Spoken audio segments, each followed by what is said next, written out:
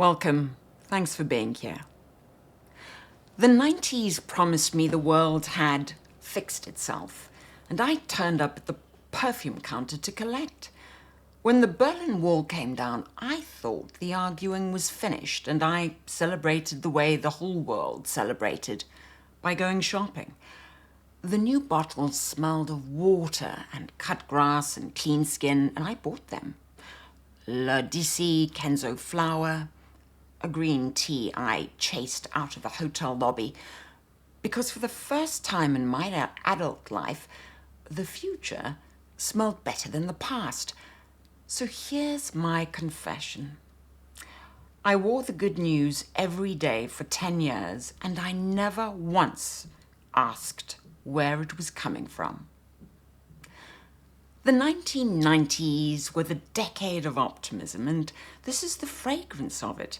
For about 10 years, the world set down its civet and picked up a bottle that smelled of water, and we called it clean, when what we meant was peace. Peace disguised as a cucumber.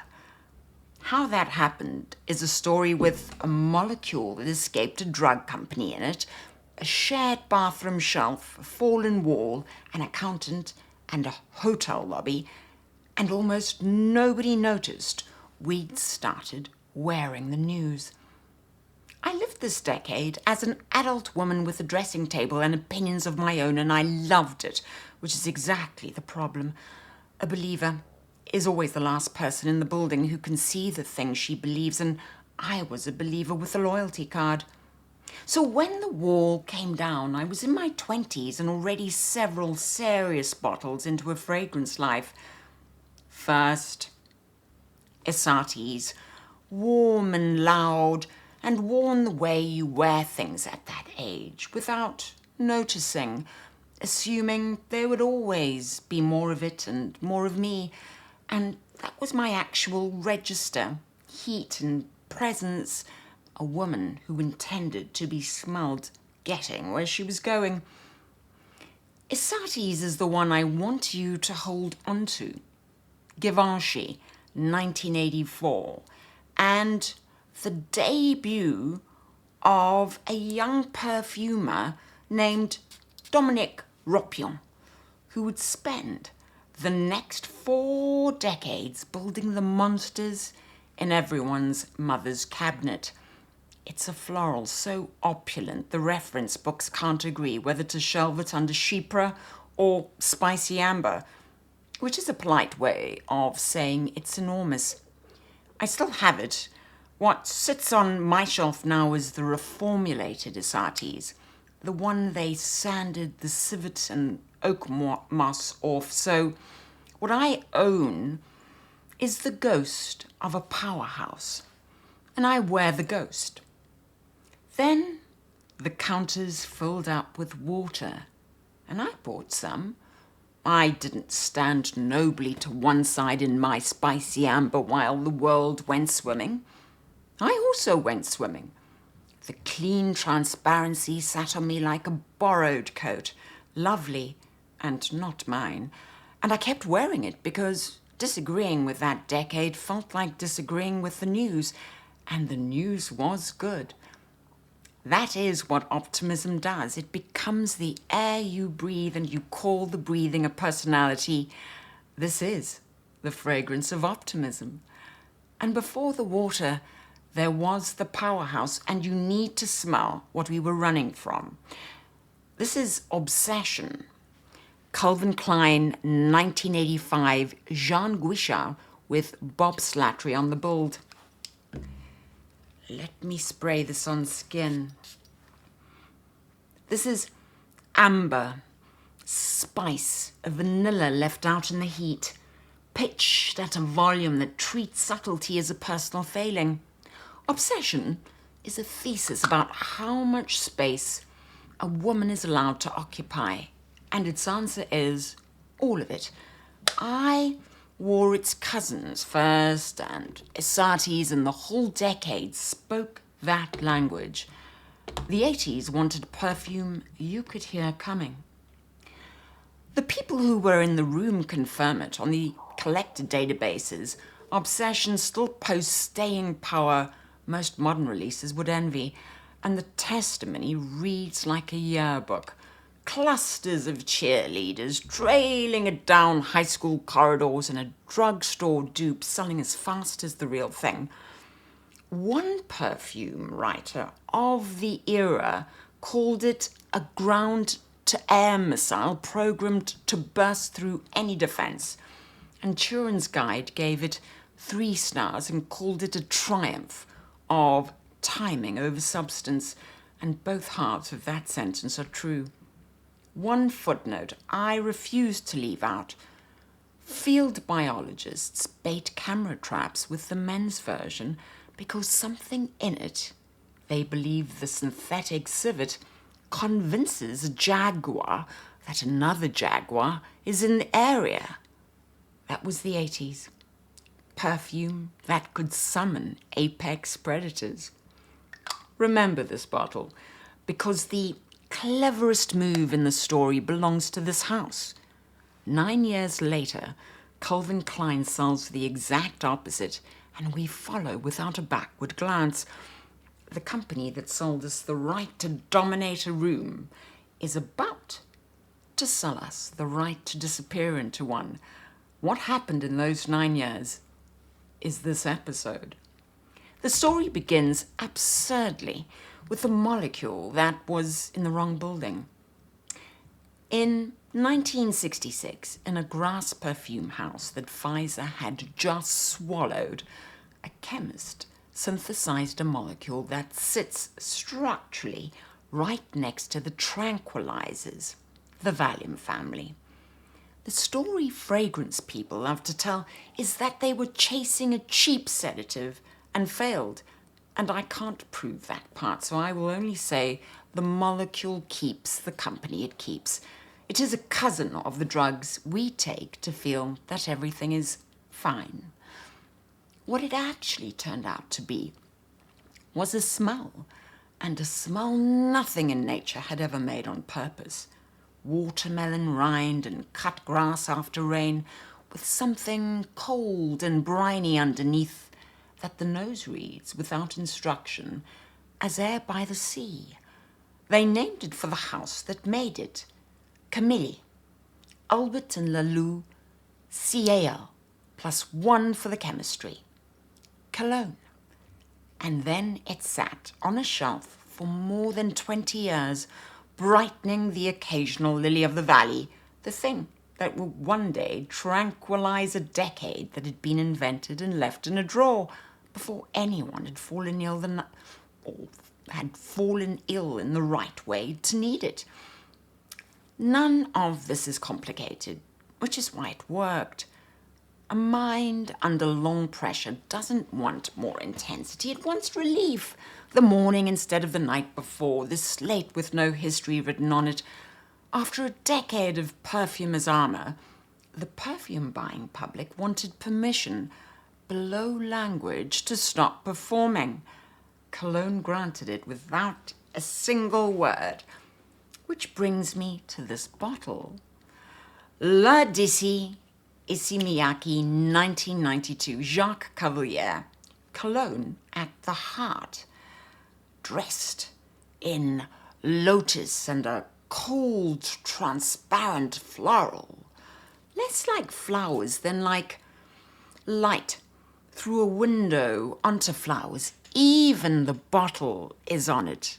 A column of water with one sphere on the top, either a perfume or a diagram of a calm mind. It's both. The wear record isn't what you would guess. For a bottle sold as water, it is surprisingly tenacious.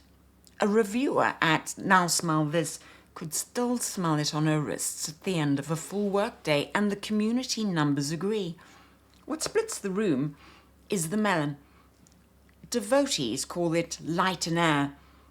The opposition reports a tingle that never leaves the nose, flies it beside bathroom air fresheners, and one wearer swears it smells like 1995 and hanging out with the cast of Friends, which isn't entirely an insult.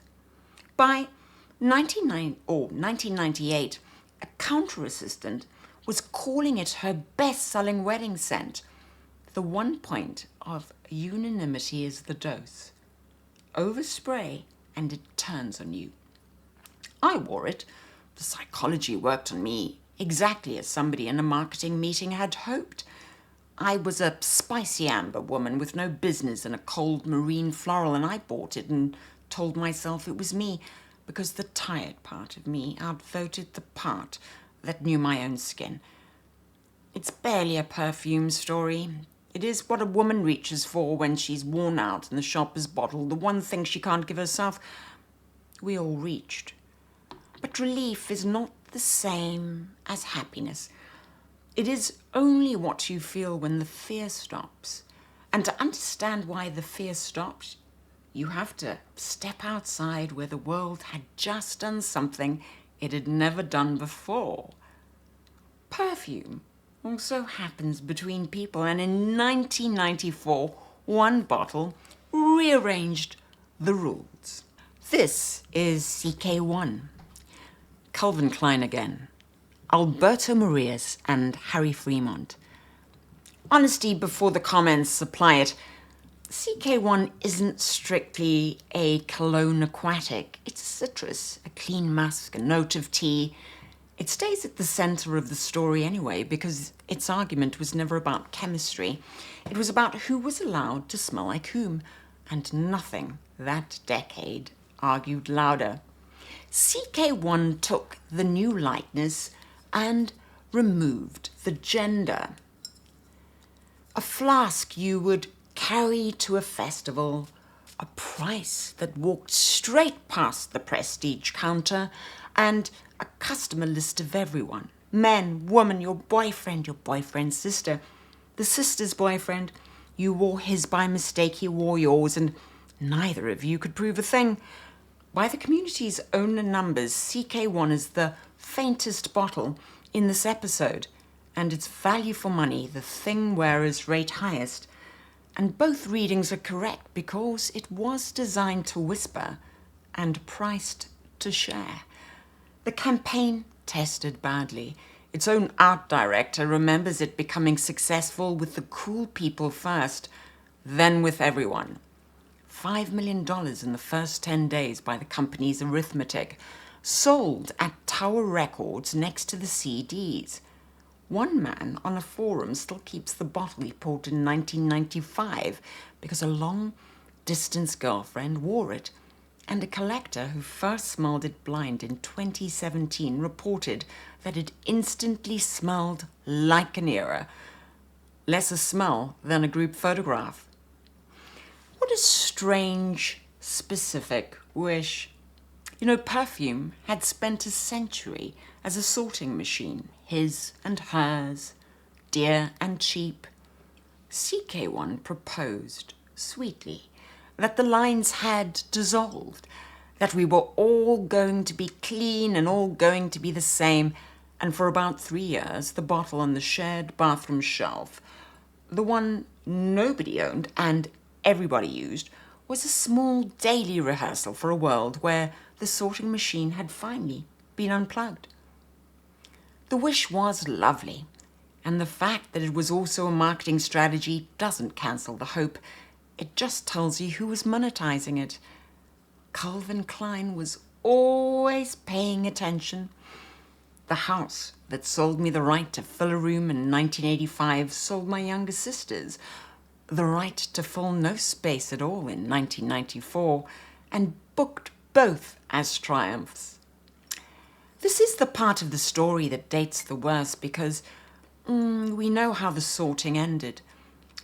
The petitions got taller and quieter, and within 15 years, the shared bottle had split back into his and hers, dear and cheap, with a precision that would break the heart of anyone who passed one bottle across a sink in 1995 and thought it meant something.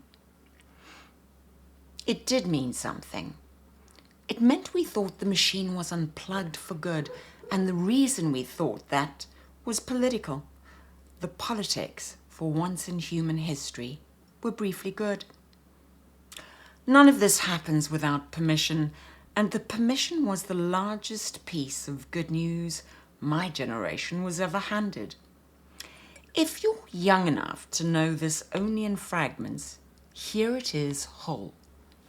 For 40 years after the Second World War, the planet was split into two. The United States and its allies on one side, and the Soviet Union and its other, each holding enough nuclear weapons to end the world several times over. They called it the Cold War because the two sides never fought directly. They just kept the end of everything pointed at each other while the rest of us did bomb drills at school. Berlin was cut in half by an actual concrete wall, floodlit, guarded, built to stop one half of the city escaping into the other, and people were shot climbing it. The Berlin Wall was the Cold War poured into concrete, the most physical object fear ever had. And then, on a night in November 1989, the guards stood aside, and ordinary people climbed onto the thing with hammers and took it apart on live television. And 2 years later, the Soviet Union, the monster my childhood was organized around, dissolved like a tablet in water. The standoff ended not with the war everyone had braced for, but with a street party, and Francis Fukuyama supplied the caption. The 1989 essay and the 1992 book, The End of History. Not that events would stop, but that the great violent argument about how humans should live had been settled, and what lay ahead was only long, bright, reasonable afternoon. From inside a young adult life, it felt like the background hum of the world switching off. There was talk of a peace dividend, the fear money freed up for something nicer. The future arrived, early, sunlit, and smelling of water. Nobody walked into a department store in 1992 and asked for the smell of geopolitical relief, but hand a culture a clean slate against all expectation, and it will reach, without deciding to, for whatever smells like one. The bottle that proves the timing is one I never owned, so I went out and I bought it. Cool Water, Davidoff, 1988, Pierre Bourdon. A pedant will tell you correctly that another men's fragrance called Aramis New West got the C note out of the drawer a few months earlier that same year, and the pedant can have that one. New West struck the match. Cool Water started the fire. Calone at full volume. Sea water and mint in a men's fragrance in a year when men's fragrance was supposed to smell of leather and the inside of an expensive car. It shouldn't have worked. It smelled of a swim, and it worked enormously. And the date is the whole point. 1988, the year before the war. The relief was in the bottle before the world had a reason to feel relieved. The cure left the drawer early, and history produced the illness on schedule. Luca Turin gave Cool Water 5 stars and wrote that it was imitated more times than any other fragrance in history, save Chypre, which for a men's cologne in a blue bottle is roughly a knighthood. The wearers put it less grandly. One collector, back then the scent was so hip, and unfortunately every second guy wore it. Whatever, me too. For men of a certain age, it is pimples and the fear of not belonging. Honesty about my new bottle. The collectors agree the current juice is the quieter, more synthetic descendant of the one that conquered the 90s. What I sprayed is the echo of the flare, not the flare. For a decade, the political mood and the molecule were the same substance. We were not smelling soap. We were smelling the end of the Cold War, and we thought it was hygiene. History, of course, had only stepped aside for a cigarette. Before it came back, the Optimism did what Optimism always does when it's left alone with the market. It got sold at scale to everyone. Money is what turns a feeling into a default. The same years that ended the Cold War globalized the shop, and the prestige houses noticed that the new lightness had a commercial superpower the old powerhouses never had. A cold, transparent fragrance is cheap to compose, easy to wear, gives no offense, and sells to a population rather than a niche. Optimism, it turned out, had excellent margins. CK1 had shown the trick. Then in 1996, the experiment became the law. Acqua di Giò pour Homme. Giorgio Armani, a team of three noses led by Alberto Morillas, the man standing behind half this decade. Calone married to a citrus and a salt skin mask, and for roughly 10 years, it was the default smell of the entire male species. Every wedding, every nervous teenage boy standing too close at a party. The avant-garde had become the ordinary. A revolution that wins completely, stops being able to see itself, and the marine accord won completely. By the late 90s, smelling clean was not a choice anyone was making. It was simply what people smelled like. The way tap water is simply what comes out of the tap. The wear record adds two corrections. The ubiquity peaked not in 1996, but in the mid-2000s, once the distribution left the boutiques, when college memories started reading like a census. Every one of my buddies had a bottle, and the reviewer at Now Smell This, who called it a department store fragrance supreme, also confessed he finds it so adolescent, so welded to one particular age, that he can't comfortably wear it. Then reported the side effect every wearer of it eventually meets.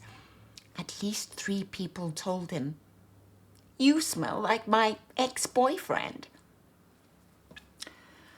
Here's a confession of my own. This is the one men's cologne I actually own. The recent reformulation bought by a woman off the men's counter, and the blunt consensus on it I can confirm word for word. 45 minutes of projection, then a polite skin scent. The loudest default in the men's perfume and mine is the decaf. Keep it in your mind, because it's where this whole story lands. Across the line into the new century, you can watch the Optimism set like a jelly. Here is Light Blue, Dolce & Gabbana, 2001, Olivier Cresp.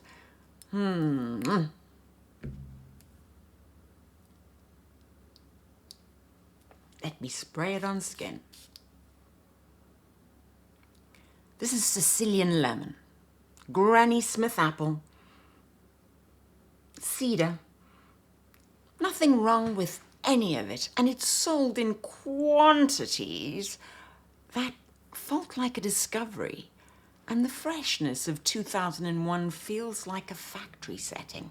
The option you take because it asks nothing and reveals nothing.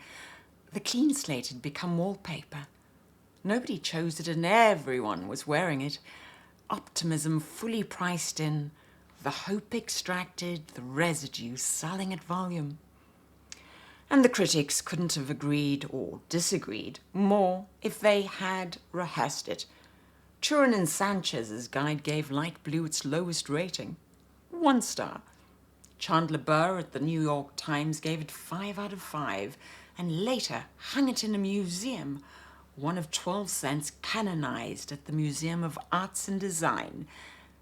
Victoria Frolova called its sillage marvelous and gossamer and named it one of her most complimented perfumes, while a reader in the same comment thread reported that where she works, everybody douses themselves in it. 15% of the formula is real Sicilian lemon peel, which may be the most sincere thing about it. One purchase warning. The bottle on the shelf in 2026 is a fresh rework in a new flacon. Even the wallpaper has been repapered.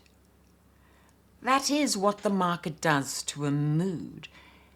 It finds the hopeful thing, learns it as profitable, and manufactures it until only the format remains, which leaves the question of why I and you are still buying bottles of joy a quarter of a century after the reason for the joy expired. And before I answer that, I have to correct something I let you believe. I've been telling you the decade went aquatic as though water were the only exit from the 80s. It wasn't. 1992 produced a second, completely different escape route, and a culture offering two exits at once is telling you something a culture with one exit can't. The second exit is Bvlgari Eau Parfumée or Thé Vert. 1992 Jean-Claude Ellena and his first true haiku, the minimalist who would spend the next 30 years proving that less is a position and not a shortage. Where Issey went marine, Ellena went vegetal. The cup rather than the sea, bergamot, mint, a green tea so quiet it sounds like a hulled breath. Same impulse, opposite chemistry. And what the two roads share is the whole point, transparency. The wish to be light and legible with nothing hidden in the base. The Wear record here is the whole argument in miniature. The community scores its staying power, the lowest of anything in the episode, an hour or two and it's gone, and the devotees refuse to care. Robin at Now Smell This called it sheer minimalist, copied many times and never bested, and named the drawback in the same breath. If you like it, you will need the large bottle. My favourite testimony is an Italian collector who wore it sailing to Elba the summer the whole country showered in it, and who defends the brevity outright. Dreams cannot and should not last forever. For your shopping list, the 2025 relaunch is a stronger eau de toilette with real tea in it, reworked by Jacques Cavallier. The bottle I wore was the original and I do not own it anymore, which for this particular perfume feels almost correct. It was the one that leaves, and it left. I know this bottle from the inside, and the story is almost too on the nose. I first smelled Thé Vert in a hotel lobby where it was the house scent. An entire building had decided that the way to make a stranger feel safe and unbothered was to wrap her in green tea, and I responded by trying to move in. Failing that, I bought the bottle, and it became, like Issey, a clean thing I wore that was not me, except this one. I forgave instantly because I met it as an architecture before I met it as a perfume. That is culture doing its work. It doesn't sell you a bottle. It builds you a room out of the smell and lets you decide you chose it. Because culture never quite lets a profitable mood die. There is one last echo, Acqua di Gioia, Armani 2010, Loc Dong and Filippo, and Dominique Ropion, and yes, the same Dominique Ropion, whose very first bottle was the Ysatis I showed you at the start.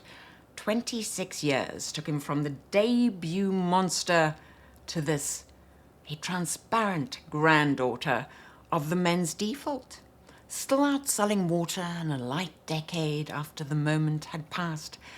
The name is the whole argument, confessing. Gioia, joy, the Italian kind, I should say, not Petou's. That joy is a different bottle from a different century, and I've never owned it. By 2010, history had come back, and come back worse, and the counters were still selling joy by the bottle to women who had every reason to know better. So that was the optimism, a mood the world agreed to wear at the same time in the few short years when it looked as though the hardest part might be behind us. The bottle on my tray is that reformulated men's Acqua di Giò, the decaf, the diluted descendant of the scent that conquered the 90s, and I bought it knowing exactly what it was. I sprayed it anyway, and that is the part I can't quite explain to myself. Whether the optimism was real is not the interesting question, because it was real. I was there, I wore it, even the versions that were never me. The interesting question is the spraying. What it means to keep reaching for the smell of a forecast once you know exactly how the weather turned out. Now it's your turn, because the comments section on this channel has a habit of writing the next episode. So, what did you smell like in the 90s? And were you a believer, wearing the water because the water felt like the future? Or were you a holdout in spicy amber, watching the rest of us dissolve? Which bottle was your good news? And is it still on your shelf? And if you're too young to remember any of this, I want to know. Does cool water smell like optimism to you? Or just like someone's dad? Tell me below. I read everything. If this was worth your 20 minutes, the like and the subscribe are how you tell the machine we exist, and they cost you nothing. There are no sponsors here, no affiliate links, nothing to sell you, just the bottles and the argument. The rest of the Decade series is on the screen now. The decade that smelled like water, and the decade that smelled like loss. Wear something that suits you. And if reading is your thing, subscribe to the Perfumed Perspective Substack.